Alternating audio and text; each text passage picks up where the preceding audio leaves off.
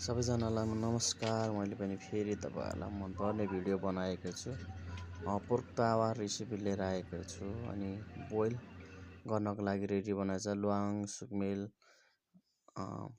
सबै मरमसलाहरू हालेको छ। यसमा अदुवा लसुन सबै यसरी फुल्ली बोइल गरेको छ। हाम्रो चाहिँ 2 घन्टा बोइल गर्नुपर्छ। पाकिसकेपछि हामीले यसरी निकालेको छ। कट पिस गरेर हामीले देखाएको छौँ। यसरी हामीले पातलो पातलो स्लाइस पिसमा हामीले काट्नु पर्दछ। तावा गर्नको लागि चाहिँ हाम्रो यहाँ सरहरूले यसरी कटिङ गर्दै हुनुहुन्छ। पातलो पातलो पिसमा स्लाइस पिसमा गर्न सक्नुहुनेछ। यसरी नै तपाईँहरूले घरमा पनि काट्न सक्नुहुन्छ, पिस गर्न सक्नुहुन्छ। यसरी काट्नु पर्दछ अनि राम्रोसँग ड्राई हुँदछ। काटिसकेपछि यसरी हामीले बाटामा राख्छौँ। मरमसलाहरू हाल्छौँ, खुर्सानीको धुलो अनि नुन। हामी त्यसरी नुनहरू राख्दछौँ।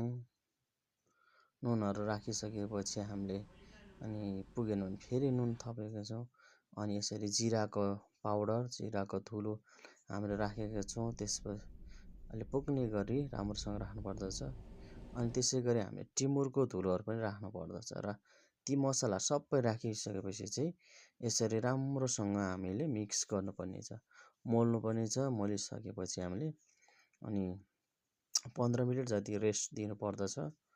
15 मिनट म्यारिनेट गरेर राखिसकेपछि चाहिँ अनि नुन मसला सबै पुग्छ। अगाडि नै बोइलमा हालेको त हुन्छ।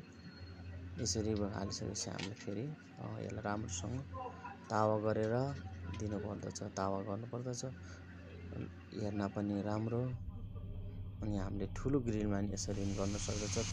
तपाईँले यसरी तावा गर्न सक्नुहुन्छ, हुन्छ। तपाईँहरूलाई धन्यवाद। मेरो भिडियोमा लाइक सेयर चाहिँ गर्न नभुल्नुहोला।